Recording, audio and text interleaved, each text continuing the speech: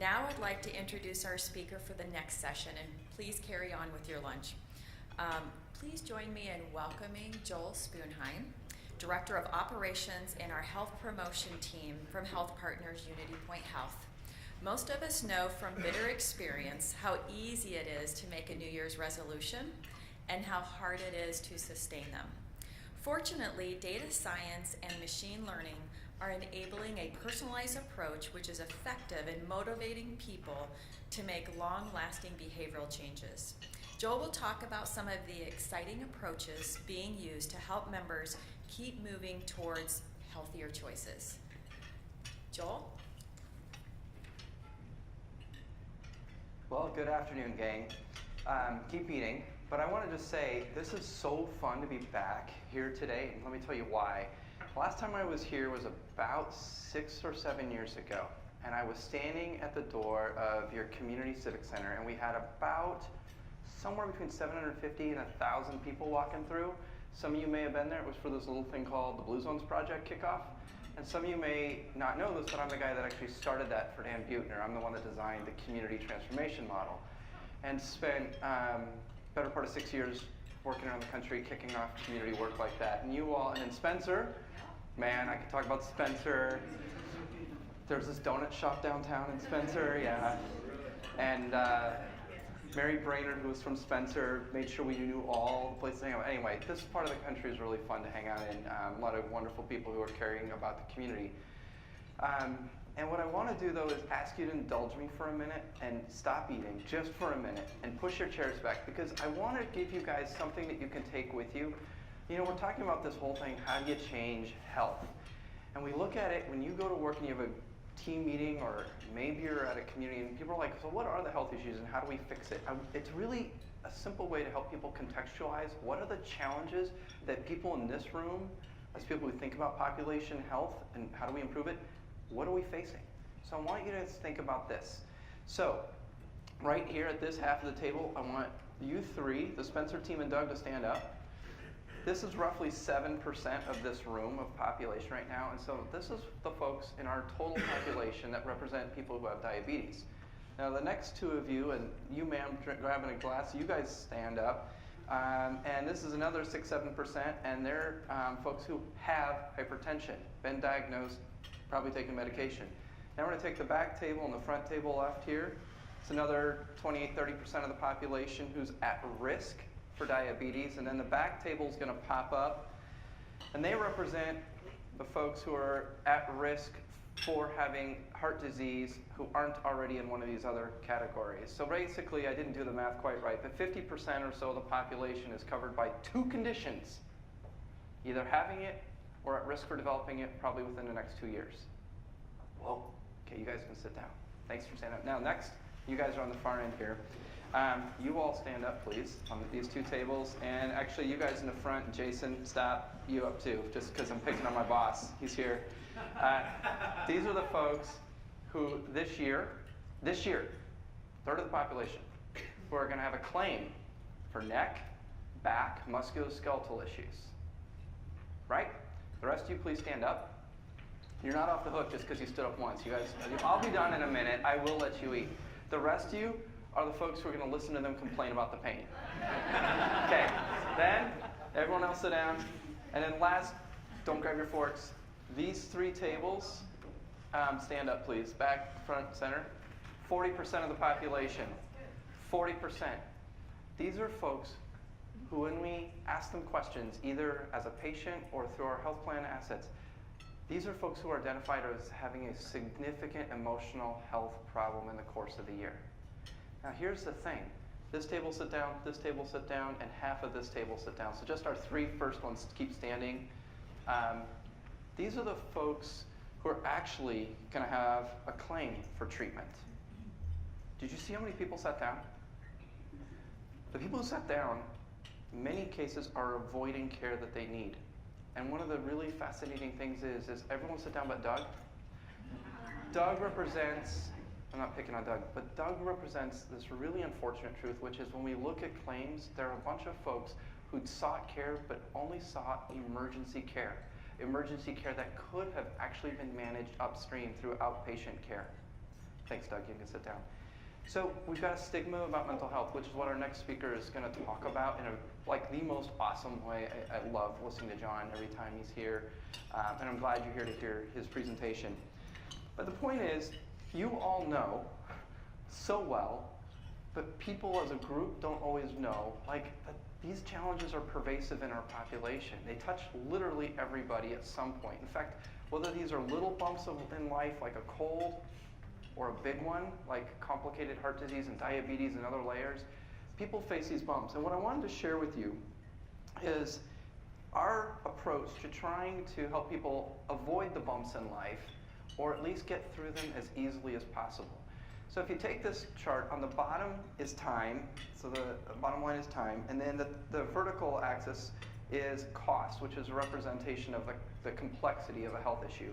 And all of us start low on this, like we start healthy, at some point it gets worse, and then we want it to get better. One thing, just to be clear, sometimes the bump is bigger, sometimes it's smaller, sometimes it's short, sometimes it's long. And we don't always get better. Sometimes you'll see at the far right, the arrow going out, there's a new normal for people who, once they get this condition diagnosed, it just doesn't get much better. And sometimes it actually begins that journey of getting really complex. Our goal as a solutions company, as Doug kicked us off this morning talking about it's not just insurance, it's wrapping around folks, is to really layer services to support people wherever they're at in that journey. And part of that is about making it as simple as possible. And that's what I'm going to spend some time talking about, is how do we make this as simple as possible. And one of the key ideas in our work is being a trusted guide. The trusted guide, I'm going to give you an example of, is like my friend Google Maps. So I live and work in the suburbs of the Twin Cities, which means I get stuck in rush hour traffic nightmares every day. And Google Maps tells me the fastest way to get home every day when I leave. But it also, when my wife says, hey, you need to stop and get the milk, tells me which of the grocery stores on the way home has the shortest detour along the way, and gets me home with my detour as quick as possible. The entire experience is real time, based on my preferences around my goals. That's what we're trying to do with healthcare. It's listening to my preferences on my schedule, achieving my goals. And so another way to think about it is it's personalized, and I'm going to show you some of the work that we've done to really bring personalization to life. And it's simple. One of the really quick things I'd say about this is, HealthPartners has been doing personalization since inception. But it was very over the phone. People called, well, how do my benefits work? We gave them the information, they went away. When the web came along, we did that via the web. But that's very transactional. What we're really committed to, though, is a relationship, because that means, a relationship means I know you, you know me.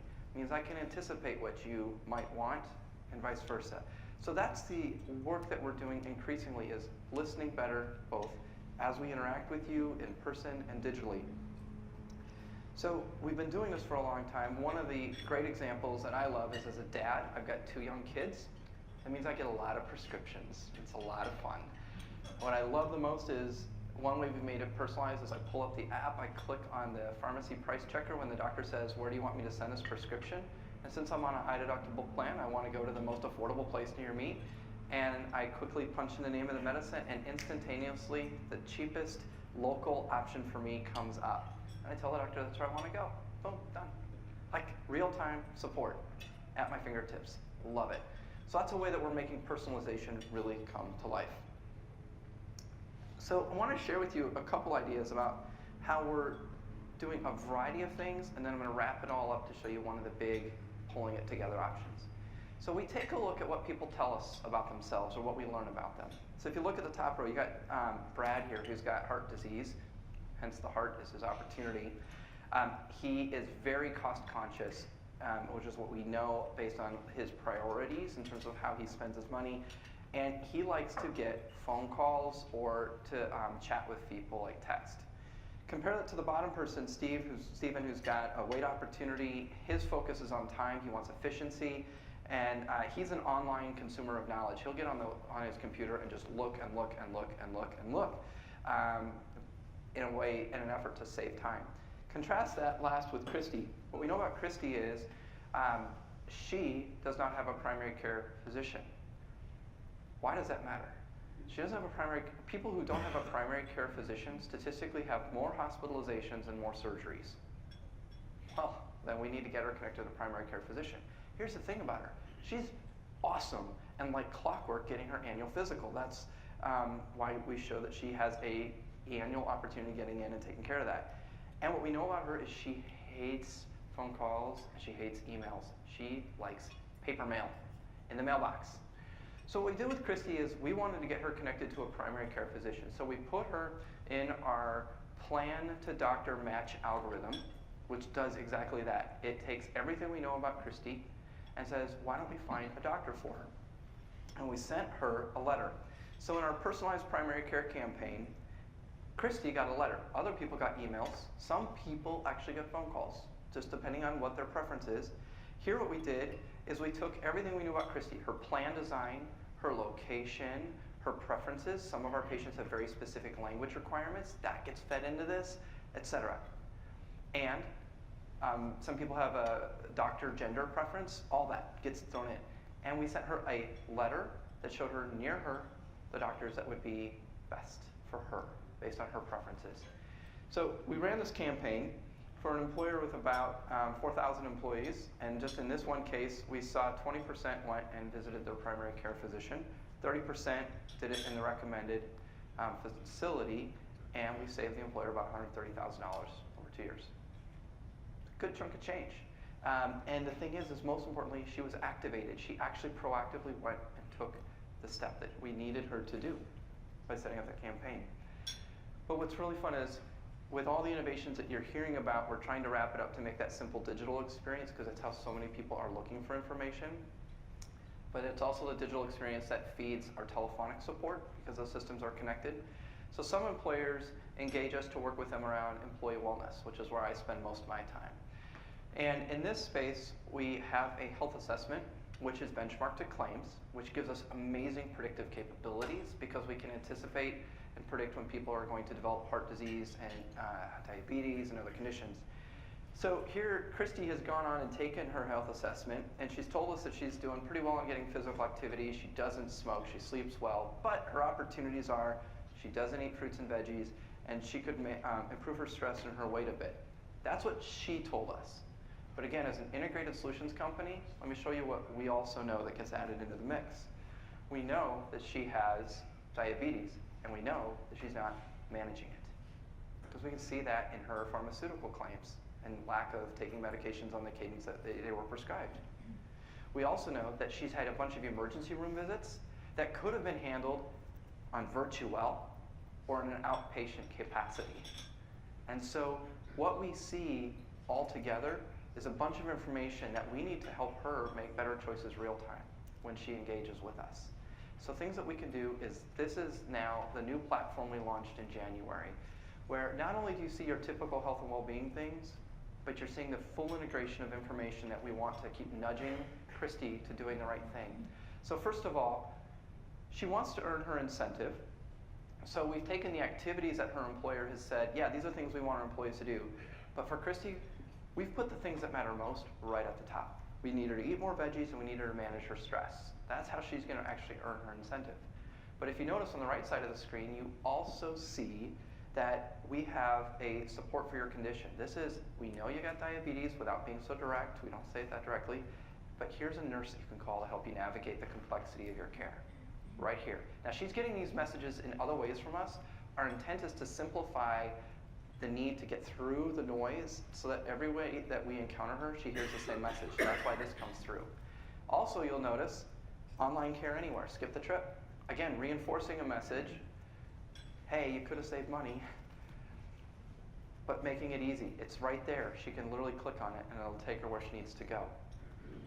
Her employer can also, in some cases, choose to incentivize that disease management, because if they really want to close gaps in care, we have that capability.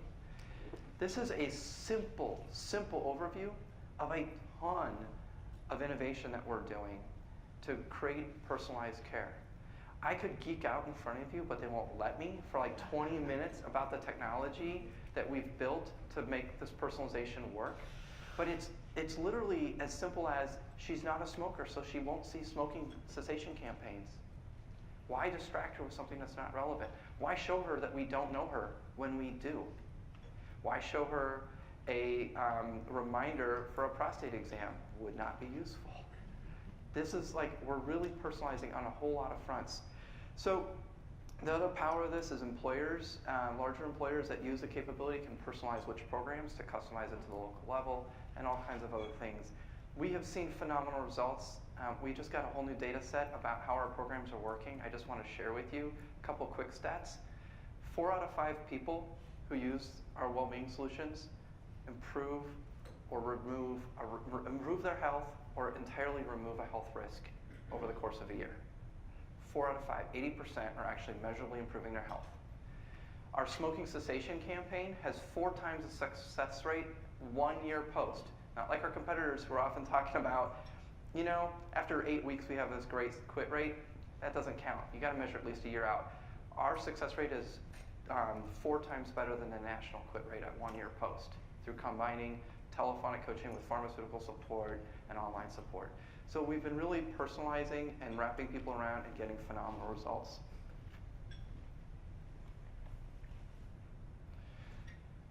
So as I shared with you at the beginning, I used to do this awesome community-based work. But in my journey, I had these 2 kids born when I was traveling and working 80 to 100 hours a week doing that community-based work across the country. And I sought out a company where I could go and work with like-minded, mission-driven folks. And I found that in HealthPartners, which was a place where I find 27,000 other committed folks who are really driven by our mission. But the other thing I've really enjoyed is that nonprofit mentality has allowed us to take what we do and have a mindset of reinvesting. And we reinvest in creativity. We equip our team members to think about how are ways to live on our mission every day. How do we do this better? And we know that that's important because you choose to trust us to deliver good results. And so what our commitment is, and I've experienced this at HealthPartners every day of being there, is people wake up trying to do it better. And that innovation sometimes is so behind the scenes that you may not know it. Hopefully today we've pulled back the curtain. But that geeky stuff in the technology, the way we train our employees to speak on the phone when they talk with folks, all that adds up to get the results that we're aiming for, so that the people that you serve and that we serve get to have more of their best days every day. And that's what we're here to talk about today. So with that, I'm done. It was a quick thank you for enjoying your lunch as I was with you. And I hope you get to enjoy a great conversation with John Mo. That's it.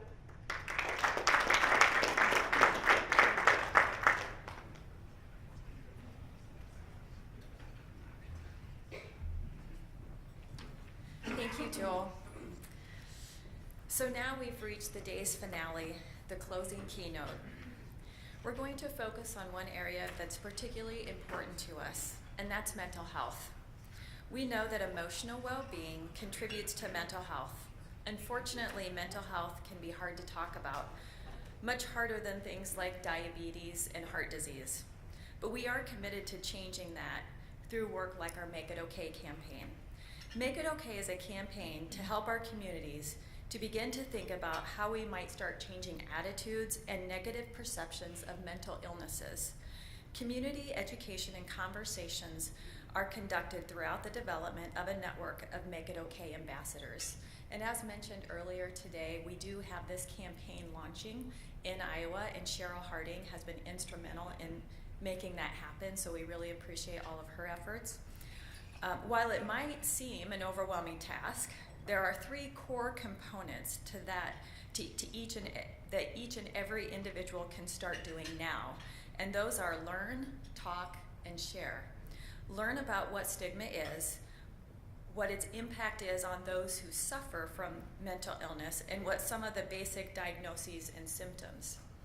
Talk about mental illness and how to talk to people with mental illness, knowing what to say and what not to say is key in breaking down those barriers.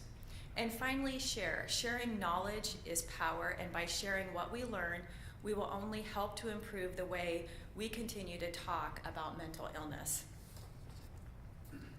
We know it's good to talk about mental illness and emotional well-being, and so does our keynote speaker, John Mo. John has entertained, educated, and inspired local and national audiences for years. and he's made us laugh a lot too. As a humorist, writer, and public radio host, John's work is extensive. He has hosted Marketplace Tech, created and hosted Wits, a national sketch and variety show, and most recently hosted the podcast, The Hilarious World of Depression. The podcast features conversations with top comedians who talk openly and even laugh about a serious disease they've dealt with themselves.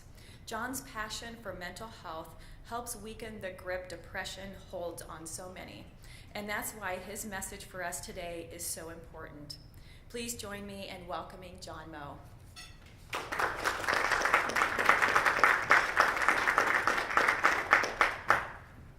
Thank you so much, Becky. Hello, everybody. I am so relieved to be here. I thought the event was yesterday and in Sioux Falls, so I drove up there and gave a big, long speech about mental health, and finally somebody said, "Sir, this is a Wendy's. You need to leave." No, I didn't do any of that. I did have almost a similar experience with Cedar Rapids and Cedar Falls, Iowa. You need to work on your names. I'm John Moe, and like a lot of people, more than you might realize, I have an illness, a chronic illness of clinical depression, major depressive disorder. And like a lot of people, more than you might realize, I can smile and laugh and be with my family and have a great time and have a wonderful, wonderful life if I treat it, which I do. The difference between me and almost everybody else with depression is that somehow I turned it into a career. I was so good at it that I went pro. I made it to the depression major leagues. I'm the host of the podcast, The Hilarious World of Depression. Like Becky said, it is a series of conversations, really frank conversations with comedians, musicians, writers, actors, and it exists because of the support of HealthPartners and the Make It Okay campaign. I'm going to tell you a little bit about the issue of depression and how I've lived it, and then how I kind of stumbled into a way to doing something about it that is pretty easily replicable for everybody. There are many problems with the problem of depression, starting with the fact that I can't define it. It's colorless, it's odorless, it's formless. It doesn't show up on an X-ray or an MRI or a CAT scan. It's invisible, it's quiet, it's also deadly, and sometimes fatal. We know that it can be brought about by a genetic predisposition. We know that it can be triggered or enhanced by trauma. Both of those things can happen at the same time. But also, traumatized people can have no depression whatsoever. People who have generations of it in their past can be perfectly fine, or have a perfectly fine past and no trauma at all, and it can happen then too. It's hard to trace, and it also doesn't show up in the same way in every person. It's a real jerk. It often gets confused with feeling sad. I'm depressed because I didn't get that promotion. No, you're sad because you didn't get that promotion. It's not a mood. It's an illness. It can show up as sadness. It can show up as no sadness at all. It can show up as hyper energy and not hiding in your bed for a week like a lot of people think. It can show up as terrible anger. It can show up as sleep disorders. It can show up as a variety of things, weight gain, weight loss. So it's hard to nail down, but it also kills people. We are currently at a 30-year high of suicide rates in America, and it's up in every group except, I think, old women. Old women are doing fine. Like women over the age of 75, it's not up, but for everybody else, it's up. With teenagers, it's up a lot. With men, it's up a lot. Men are 3 times less likely to attempt suicide than women, but they're 3 times more likely to succeed because they do it violently with guns. So it's a crisis, and it's incumbent upon us to try to do what we can to figure it out and do something about it. I'm going to tell you a little bit about my story. I recently, last summer, I turned 50 years old, and federal law states that you have to get really interested in genealogy in World War II. You have no choice. You have to. And so the way I did that, my family is from Norway. My parents immigrated from Norway after my oldest sister was born. And so for me, this World War II genealogy thing took me to Norway last summer with my wife and our kids. And it was a wonderful trip, connected with distant relatives, saw fjords, did the whole thing, tried to speak Norwegian to people, all of whom spoke English better than I did. It was a really wonderful time. But it was interesting. I kind of traced through a lot of family stories that I had heard about. And I walked around Oslo, the capital, and that's where my dad grew up. And my dad was born in 1931. And so he was 9 years old when the Germans took over the country during World War II. Just marched right down the main street there in Oslo. And my dad's role in the resistance was as a paper boy. My grandfather was a printer. He was a typesetter at a printing company. And this printing company would print the resistance newspaper, one of the resistance newspapers. And after they would print them, they would roll them up tight, and then their sons would show up on their bikes and take off the edges of their handlebars and shove the newspapers into the handlebars. So for the Nazi soldiers, all it looked like was some boys were just biking around town. They didn't know that they were delivering the resistance paper. And it's a heroic story, and I'm so proud of my grandfather and my father for being a part of that resistance. It's also trauma. It's really the only story he ever told about what it was like living with Nazis everywhere from the ages of 9 to 14, which are very formative years. We also went up north on this trip to where my mom is from, way up north of the Arctic Circle, and in a little farming and fishing town there that you wouldn't think the Germans would bother with. But they did, because it was not all that far from the Russian border, and Hitler was convinced the Russians would invade through Norway, come down through that northern border. So this little village was just chock-a-block with soldiers. My mom was born in 34, so she was ages 6 through 11 when all this was happening, also formative years. And she has a lot of memories of soldiers in her first grade classroom, because somehow these little goat herd children were posing a threat. She went through a childhood where her father hid the only radio in town, a contraband radio. He hid it in the barn from the soldiers, which would have meant terrible consequences if they had found them. The two things you weren't allowed to have were weapons and radios, which are kind of the same thing when you think about it. My mom's sister, my aunt, died during World War II. My mom's older sister.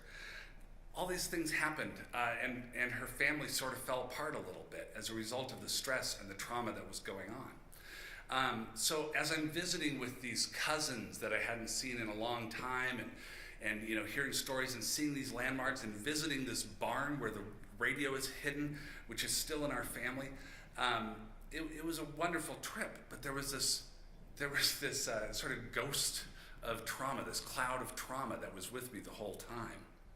And I also heard stories about her father, who I only knew as a kindly old man just before he died when I was a kid, but who she knew as somebody with mental problems. And I found pictures of my father's father, who he never spoke of. There's only, to my knowledge, one extant photograph of this man, and you can't always tell by looking at someone that depression is an issue, but if you could, this would be the guy. What I've been able to gather, it sounds like a unhealthy life mentally for his family.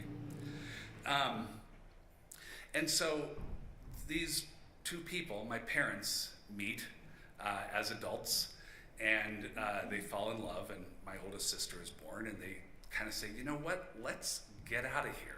Let's try to make a new life for ourselves and cast off not just the post-war European economy, but these memories and these traumas, let's try to go somewhere else. Let's go to the new world. Let's go to America. So they moved to America. They moved to Seattle, and they have 4 kids eventually, and the youngest is me. And because raising 4 kids, I would think, is stressful. I have 3 kids, and it's very stressful indeed. And I live in the same country I was born in. I didn't have to learn a second language. The stress mounts. They are trying to make a living and raise 4 kids at the same time. And in their world, in their society, and in the cultures that they lived in, there's no such thing as going to get help when the stress gets overwhelming. There's no such thing as therapy. There's no such thing as recognizing a disordered life.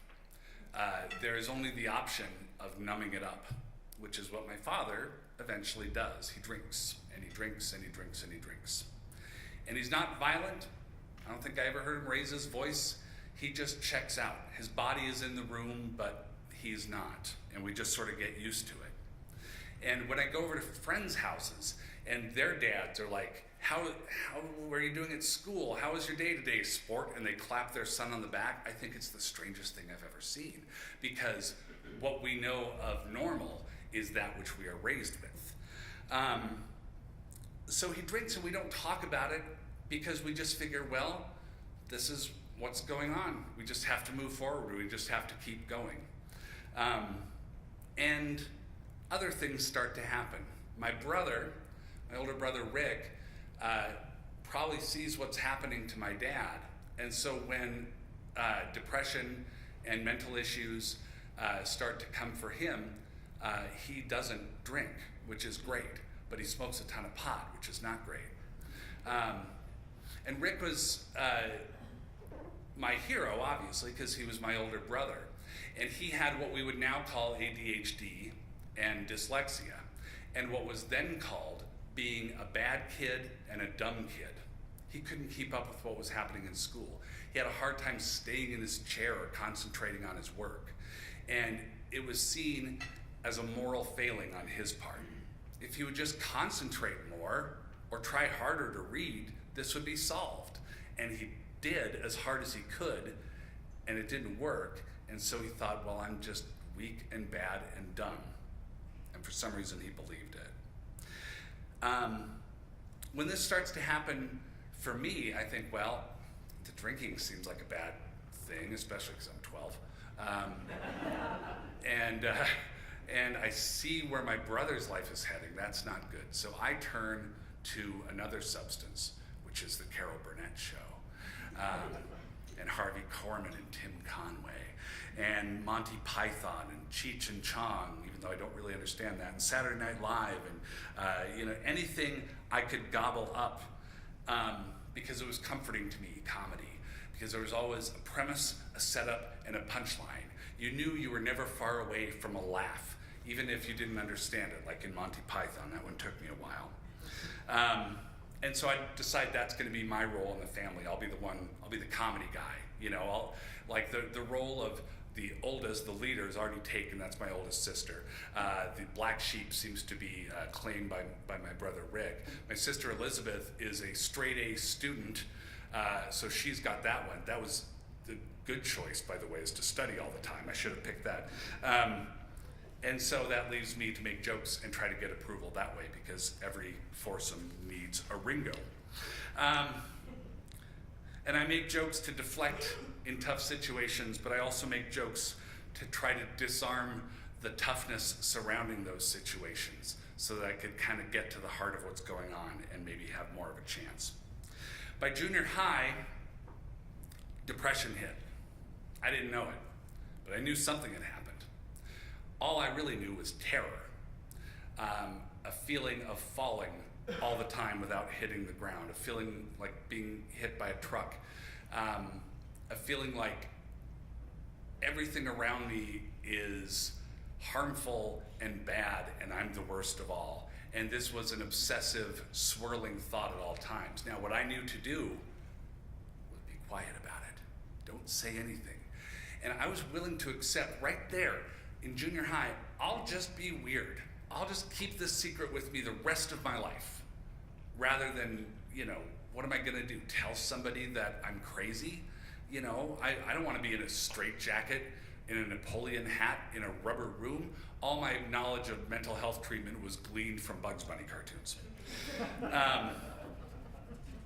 But I do that because it never even occurs to me to get treatment about it. I didn't know what that was. I didn't watch Woody Allen. I go out into the world and I kind of keep it suppressed. I end up doing a lot of theater because in theater, you always know what to say. There are scripts. You know your relationship with everybody, so you don't have to figure it out. They're never going to expose your secret. And at the end, strangers applaud, giving you the approval you can never give yourself. It's a perfect situation. I do theater for a long time, eventually shifting to writing and to radio because there I can try to get the approval of other people while staying home in my sweatpants, an even better situation.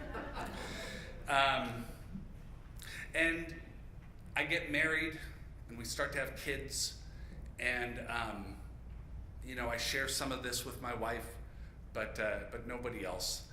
And we buy a house and then things start to finally fall apart because you can only keep depression in the back seat of the car for so long. Eventually it's going to want to drive. It's going to want to drive off a cliff while saying, look, I'm driving a car. And I start to isolate from other people. I start to isolate from people that I've known for years. I stop returning emails and calls when friends contact me to go out for lunch or drinks or something. And the reasoning that I have in my head is, I don't want to make them upset because I'm a bad friend. And eventually they're going to realize I'm a bad friend. It's going to hurt them. Better for me to just drift away now. This makes perfect sense to me.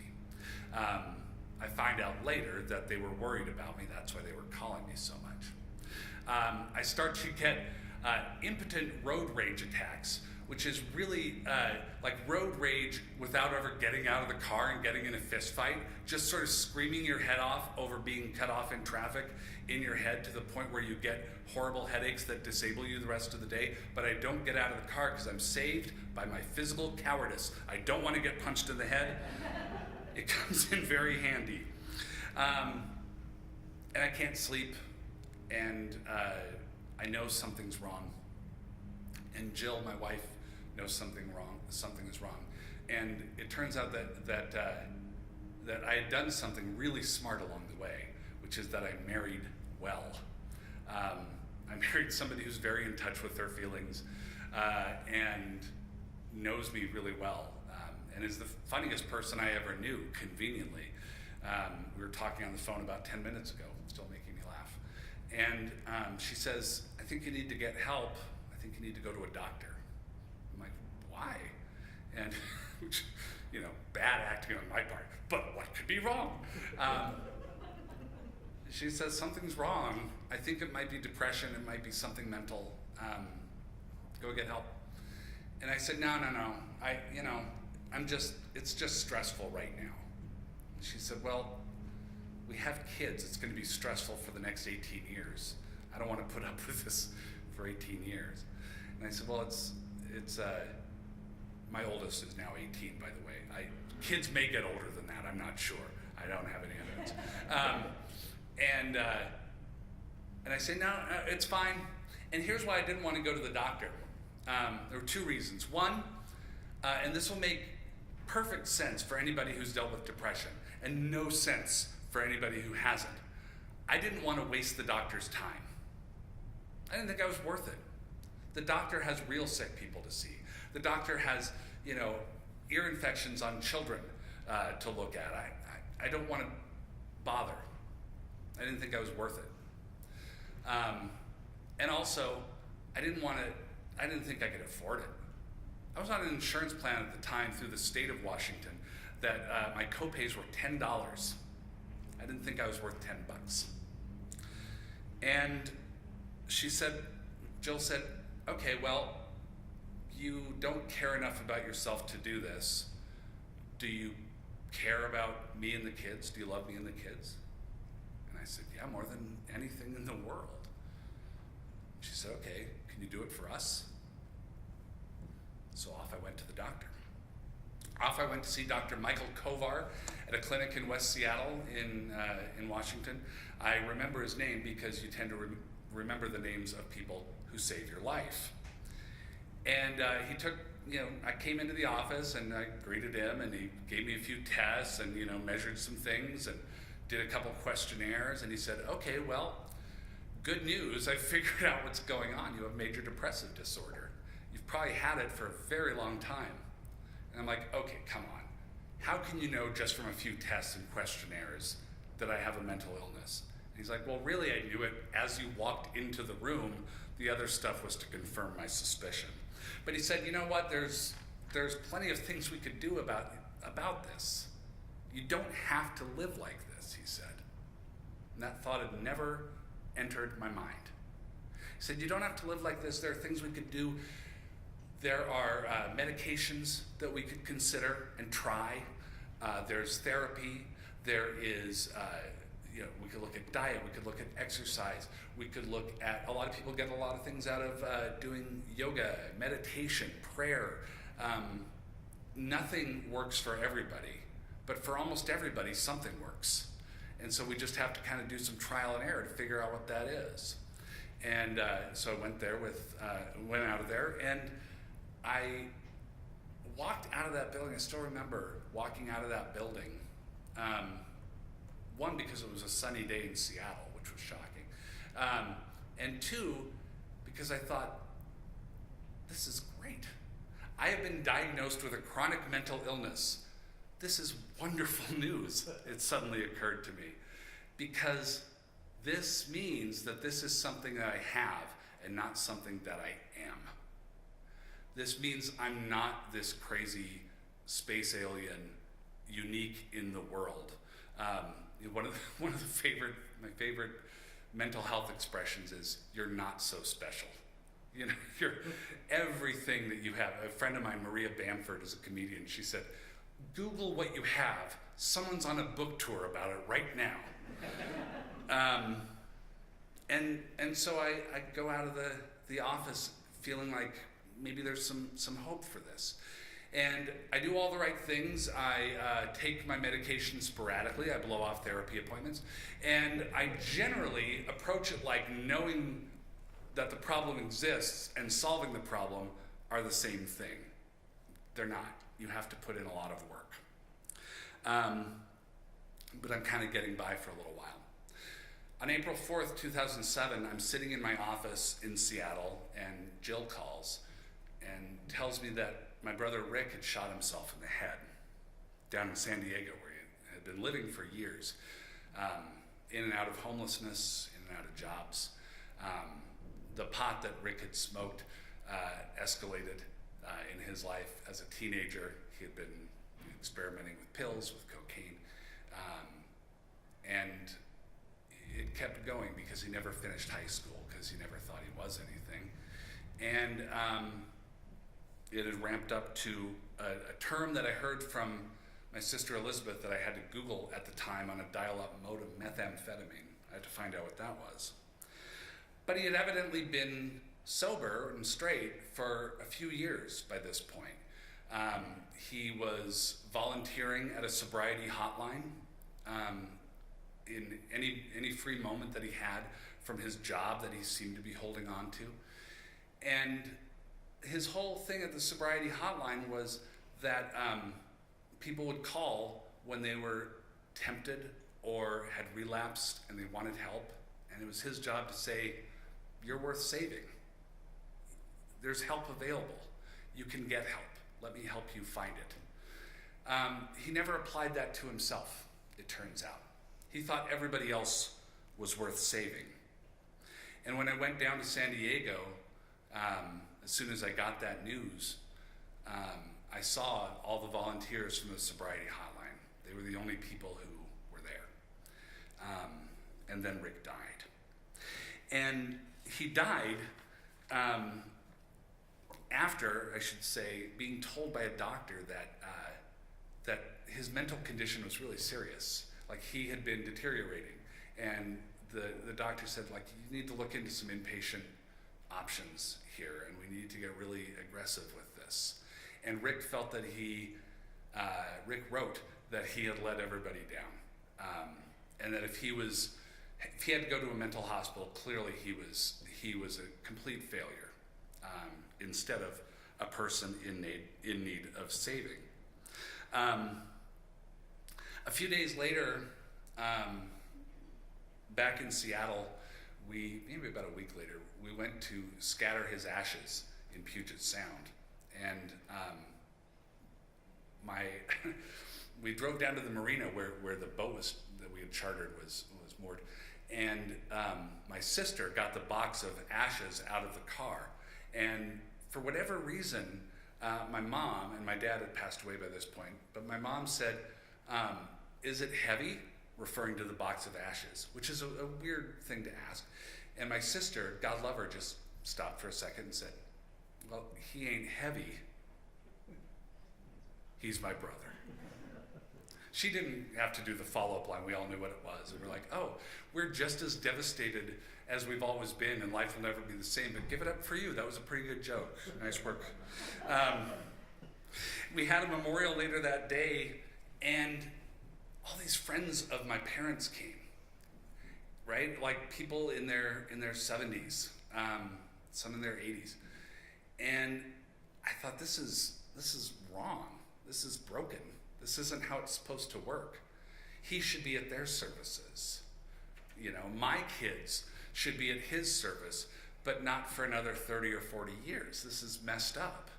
And everyone was just carrying on like it was a normal thing, like he had died in a car accident or of cancer. And I thought, no, this shouldn't have happened, though. This didn't have to happen. And not that cancer or car accidents should, but this was a long lead up, and we didn't catch it. And he didn't catch it enough to get the help. This was avoidable.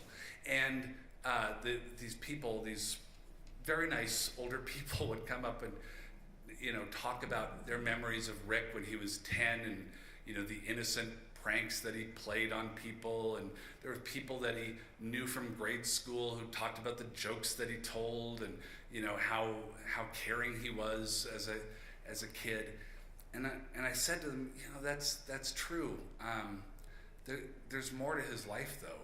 Like, he spent a long time dealing with addiction, and he fought really hard, and it seems like he was winning, and that is a celebration. And he also had these mental illnesses that he couldn't conquer, that killed him, and that's part of his story too. At which point these nice older people would pat me on the arm and go talk to my sister, who was more agreeable. And eventually I had no one to talk to at this service. I make my living as a communicator, by the way. I had no one to talk to, and I thought, well, this is just dumb. That's all this is. Like, mental illness, if mental illness is something that can get better if you go talk to someone, or if professionally, or if mental illness can get better if you open up to a friend or a loved one or clergy or something, and it can get better. And yet here we are, it having claimed the life of this person we love, and we're not talking about it. This is stupid. This is a house on fire, but we don't want to upset the house by spraying water on it. We got to stop doing this. And I recognized that a lot of people at that service were Scandinavian, and I know it's difficult to talk about things. But I thought, well, fine. If no one else is going to do it, I'll just do it. I have access to some microphones. I can string a sentence together. I'll be the loudmouth. It's kind of what I've always done. I've never fit in with the Norwegians. I'm the most Italian acting Norwegian you'd ever want to meet. And not long after that, in a kind of reset of my own life, my family moved to Minnesota for my work, and to kind of restart things. And once I was in Minnesota, I had access to more communication. I became a bigger deal. More people listened to me, and I could tweet about things and get an audience. So I started, after 10,000 dumb dad jokes, I started tweeting about my brother, and I started talking about how this was, he had a fatal illness that we didn't know was fatal, but his death was preventable. And I asked people, like, if you think this is going on, will you please go get help? It's too late for Rick, but it's not too late for you. Will you please go talk to someone? And I wrote about how when Rick died, the bullet didn't stop in his head, really. It ricocheted off of everybody he knew. It ricocheted off my mom and my sisters and me and my family. It ricocheted off all those friends from the sobriety hotline. It ricocheted off his girlfriend who was pregnant with their daughter who would be born 2 months after Rick died. And it's gonna ricochet off her for the rest of her life. I said if your bank gets robbed, you talk about that to try to fix it. You don't say, well, my bank probably deserved to get robbed. You don't think it's your fault. Some jerk came in and robbed your bank. So you review footage, you put up posters, you consult with professionals, you do everything you can to catch that bastard. And we gotta start doing the same thing with mental health. I wrote about how we need to start treating mental illness the same way we treated litter and drunk driving and smoking. Some of you might remember what parks looked like in the 1970s. They looked like ass. They were terrible. People threw garbage all over the place. And finally we said, this really sucks. Let's all do something about this. We brought in a big owl for some reason and ran PSAs, and we did something about it. And I learned to drive in the mid-'80s, and that was the dawn of the Mothers Against Drunk Driving campaign. And sort of even beyond MAD, it was this whole awareness, this whole awakening about what drunk driving represented. I was getting my driver's license, and someone explained to me, hey, when you have a car, don't drink to the point of intoxication and then drive around because you'll kill yourself and others. And I said, oh, that's very sensible. I won't do that. And it hasn't solved these problems. Smoking, it hasn't solved it hasn't eliminated smoking, but these things have gotten a lot better. And I don't know who's in charge of the docket for these things, if it's the Illuminati or the Freemasons, Beyonce, I have no idea. I just want it on the list to do something about it. And I wrote about a lot of this stuff. And I wrote about Rick, and I wrote about myself. And I didn't want to write about myself. I didn't want to write about my own depression because I thought that professional opportunities would dry up and people wouldn't want me on the air because they'd think that I was not a trustworthy person. And waves came back to me, waves of people saying, hey, I read what you said and I made an appointment for the first time ever. And I'm gonna keep it. I'm writing this, I'm tweeting this, just on Twitter. I'm tweeting this after telling my wife what's been going on in my head for the last 12 years. And I found more opportunities, not fewer. I have an employer that got behind me and that wanted me to write more about this and talk more about this. And so I came to a point a few years ago where I had hosted a show called Wits that had a lot of comedians and musicians on it, and I needed to come up with something new. And I kind of did this thing where, when you need to make dinner, you think, well, what do I have? And you open the cupboard, you open the fridge, you see what ingredients you have. So I wanted to see what I had to work with. And I thought, well, every time I talk about depression, it gets this tremendous reaction. And I think I'm an okay writer, but what I really think is going on is that people are starving to talk about this kind of thing. And they live in a society that still tells them not to. And I have the email addresses of a lot of comedian friends. And so I started to talk to them about this idea of, like, why don't I talk to comedians about depression? Because a comedian their whole job is to phrase things in just a certain way that it kind of cuts through the fog and noise of everyday life and connects with you. And they've verbalized a thought that you've had that you didn't think anybody else had. And when that happens, you're relieved, and that's where the laughter comes from. Oh my God, I'm not alone. And I thought, well, it's not hard to find depressed comedians. It would be hard to find non-depressed comedians. So why don't I have them talk about depression? Lyricists, singer-songwriters. Like, a friend of mine is Nico Case, a singer-songwriter. She can write lyrics that just devastate me for hours. I have no idea how she does it, but she connects. And I thought, well, why don't I have those conversations with those people? Because people will want to tune in for their favorite celebrities, and it'll be a cautious way to approach the subject of mental health. I also thought this is the worst idea I have ever had in my life, because why bring on comedians to talk about possibly the least funny thing in the world? And so when my boss was asking about this idea, I kind of wanted to sabotage it because I thought it might be a disaster if I actually had to make the show. And he said, well, what would you call this show if you made it? So I tried quickly to think of the worst name for a podcast I could ever think of. And I said, The Hilarious World of Depression. And he said, great, we're going to make a pilot. And I said, shit, now I really have to do this. But we got together a pilot. I called up Patton Oswalt, and he said, yeah, I'd love to help. And if I could be interviewed and it might help somebody, of course, I'm there. And we made a pilot, and before long, somebody said, hey, let's go talk to HealthPartners about this. And so I said, sure, let's go. And we sat in a little room, and they had listened to the pilot. And I said, look, I just want to do something that reaches people. I just want to do something that starts conversations. I'm not a doctor. I don't have a master's in social work.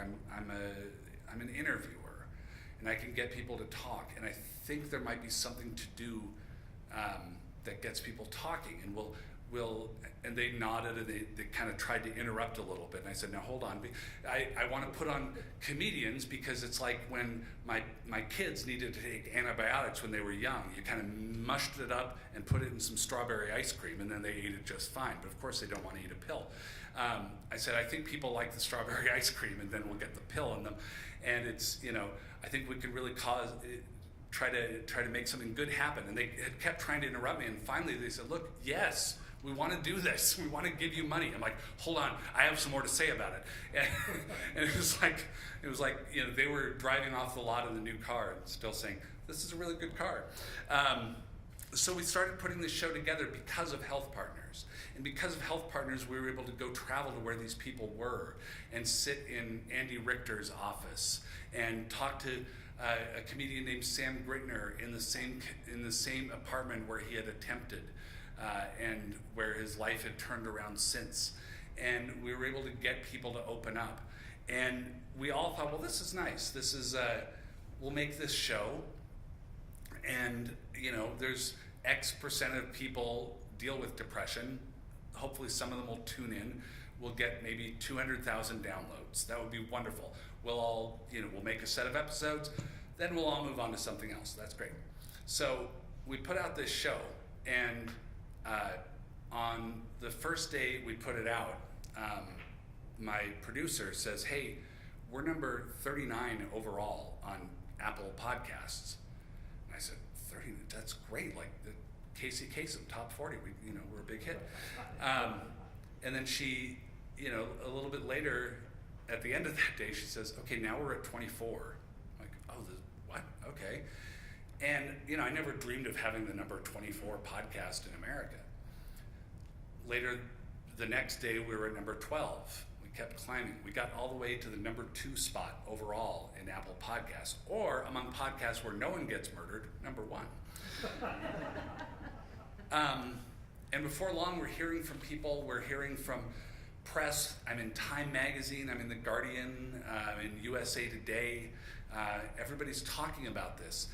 Our goal of 200,000 overall lifetime for the show, we're about to hit 10 million downloads on this show. And it turns out that it's not people with depression only who want to listen to this. It's people whose lives are touched by depression. It's people with a family member who deals with it, or people with a son or a daughter, or a parent, a friend, a coworker, a neighbor.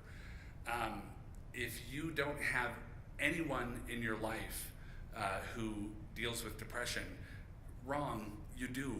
They might just not talk about it very much. People start sending it around to each other, and this thing suddenly becomes my life. And it's very strange, and I try to think, well, how am I going to make this show hearing about people's mental struggles? Like, I got some of my own. How am I going to go to work and deal with other people's 8 hours a day or more? And what occurs to me is that each of these stories that people are telling are comeback stories. Each of these stories is an improvement. And you hear it in the interviews, people opening up, people laughing. The hilarious part comes from these almost like war stories, these stories of the distortion of reality that depression provides, of the situations that people end up in because of this illness. And it's the laughter comes from the relief, oh my God, I'm not alone. And a community starts building up around the show. In radio, you need short names for things, which I failed at by calling it the hilarious world of depression, so we just call it THWAD.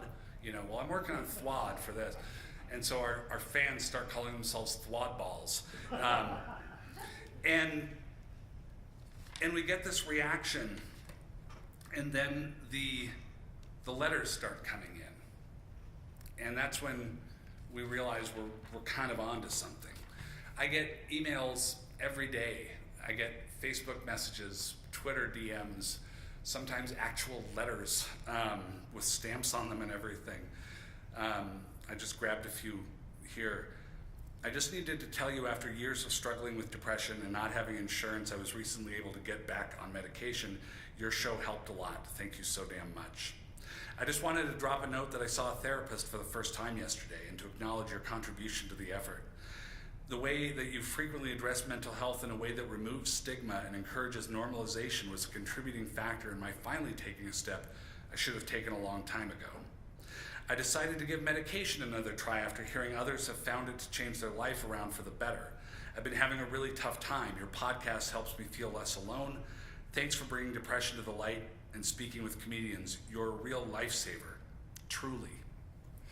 We get a lot of those where people say, you saved my life. And we try to reply to those as best we can, saying, no, you saved your life. We were happy to be a useful tool. As artisans, we are happy to have crafted a tool that you were able to use to get yourself out of a bad situation. Congratulations, thank you, we're glad you're here. And as for me, I'm not cured. Like, helping all these people and having a hit show didn't wipe away my depression, because that's not how it works. Depression isn't a response to something, it's a condition that happens to you. I don't have anything to be depressed about, but the word about doesn't really come into the equation. The word about does not matter. And as I say on the show, I should say, yeah, it's not cured. It's getting a lot better. I finally, after 2 years of doing the show, I finally got myself into therapy because I thought, oh yeah, maybe I can get better. I'm slow to catch on to things. Like, any movie with a twist in it is just a mind blower for me.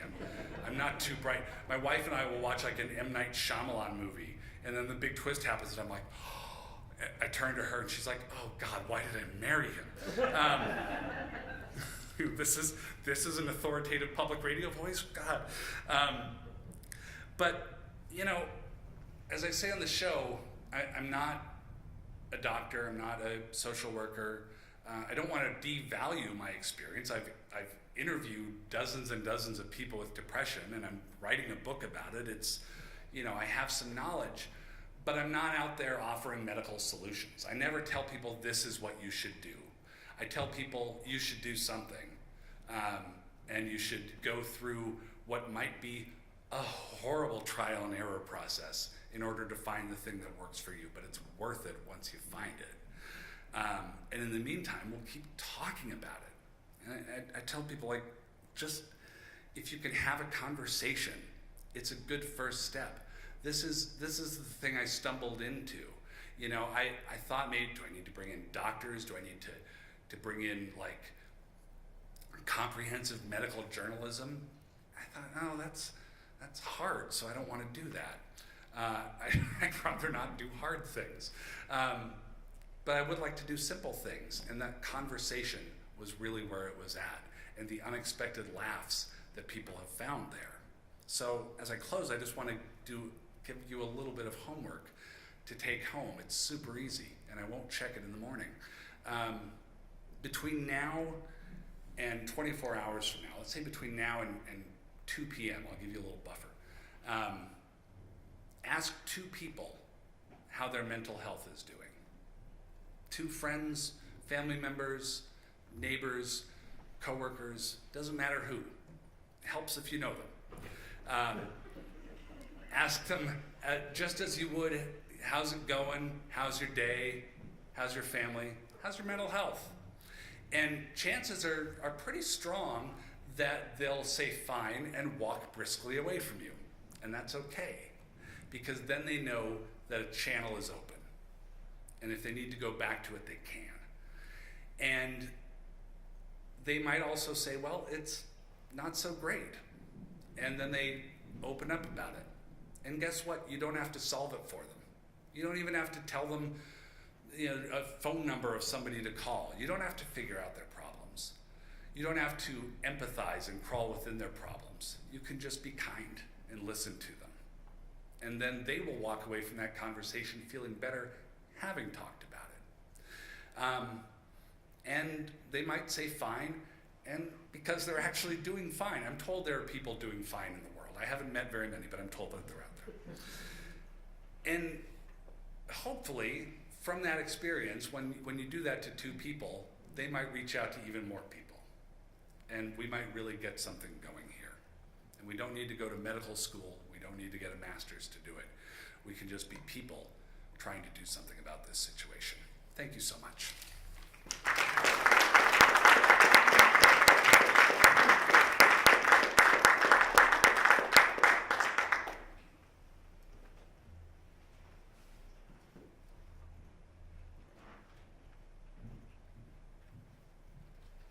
Thank you, John. Your commitment to changing the conversation around mental health is inspiring and so necessary. You've given us a whole new way of looking at a challenging topic and made it easier for us to talk about today. We hope we've brought the theme coming together to life for you today.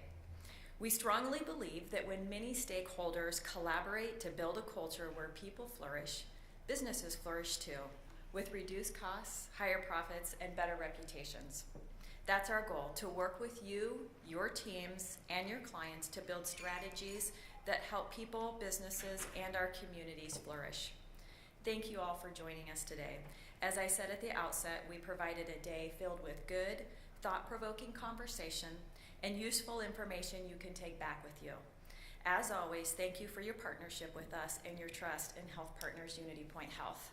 One last thing, soon you'll receive an email from us with a follow-up survey about your experience today.